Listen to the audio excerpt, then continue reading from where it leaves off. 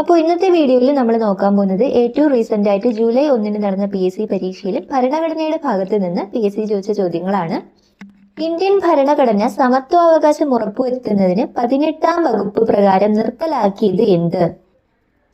Indian ഭരണഘടന സമത്വാവകാശം ഉറപ്പുവരുത്തുന്നതിന് 18ാം വകുപ്പ് പ്രകാരം നിർത്തലാക്കിയത് എന്ത്? എന്താണ്? ബഹുമതികളാണ്. ബഹുമതികൾ നിർത്തലാക്കി. ഭരണഘടനാ നിർമ്മാണ സഭയുടെ പ്രഥമ സമ്മേളനത്തിൽ ലക്ഷ്യപ്രമേയം അവതരിപ്പിച്ചത് ആരാണ്? പ്രഥമ സമ്മേളനത്തിൽ ലക്ഷ്യപ്രമേയം അവതരിപ്പിച്ചത് ആരാണ്?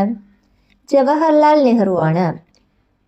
ഇന്ത്യൻ ഭരണഘടനയിലെ മൗലികാവകാശങ്ങൾ എന്ന വ്യവസ്ഥ ഏത് ഭരണഘടനയിൽ നിന്ന് കടം കൊണ്ടതാണ്?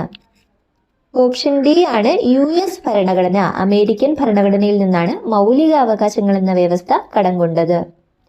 ഇന്ത്യൻ ഭരണഘടനയിലെ ഏത് വകുപ്പിലാണ് മൗലിക കടമകൾ എന്ന വ്യവസ്ഥ ഉൾപ്പെടുത്തിയിരിക്കുന്നത്? മൗലിക കടമകൾ ഉൾപ്പെടുത്തിയിരിക്കുന്നത് 51A ഓക്കെ, വകുപ്പ് 51A മൗലിക കടമകൾ ഉൾപ്പെടുത്തിയിരിക്കുന്നത്.